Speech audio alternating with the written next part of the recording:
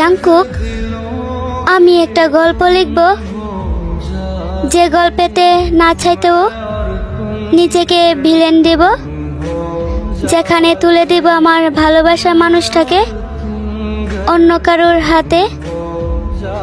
বুকে সেদিন অনেক যন্ত্রণা থাকবে, তবে মুখে থাকবে হাসি। সেদিন চিৎকার করে কান্না করতে মন চাইলেও কান্না করতে পারবো না। আর এভাবে একদিন বিদায় নিবে আমাদের 7 রাজা, আর ছিন্ন বিচ্ছিন্ন হয়ে যাবে প্রতিটা আর্মি। তবে জাংকুক, এর জন্য তো আমার হয়ে জন্ম নেন নাই। তবে আমি আপনাকে হাসরের ময়দানে চাইব, সেদিন প্লিজ আপনি আমার হয়ে বলবেন আপনি আমাকে চান ওই আল্লাহর কাছে।